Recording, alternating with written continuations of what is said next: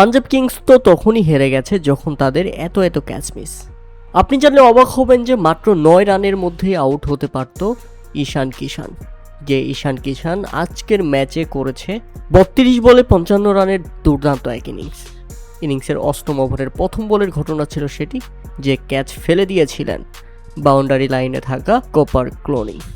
এরপর আউট হতে পারতেন মাত্র 9 রানের মধ্যেই হেনরিক্স ক্লাসেন, যে হেনরিক্স ক্লাসেন শেষ পর্যন্ত খেলেছেন 43 বলে 69 রানের দারুণ এক ইনিংস। অথচ 9 রানের মধ্যেই সে আউট হয়েছিল, তার ক্যাচ ফেলে দিয়েছিলেন শশাঙ্ক সিং। শুধু এখানেই শেষ নয়, আরও 2টি ক্যাচ ফেলে দিয়েছে পাঞ্জাব কিংস। এত ক্যাচ মিস করার পর কিভাবে একটা দল জিততে পারে? কেননা কথাই আছে, ক্যাচ মিস তো ম্যাচ মিস।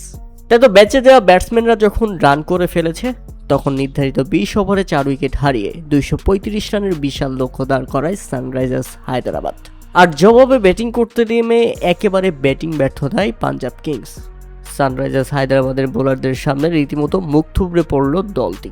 শুরুতেই প্রিয়াংশ আওরা 4 রানেই 1 উইকেট, এরপর পাপ সিমরান সিং পরের বলেই আউট হলেন, তাতে 4 রানে 2 উইকেট। শ্রেয়াস আয়ারও ব্যর্থ, 23 রানেই তখন তারা হারিয়ে ফেলে 3 উইকেট।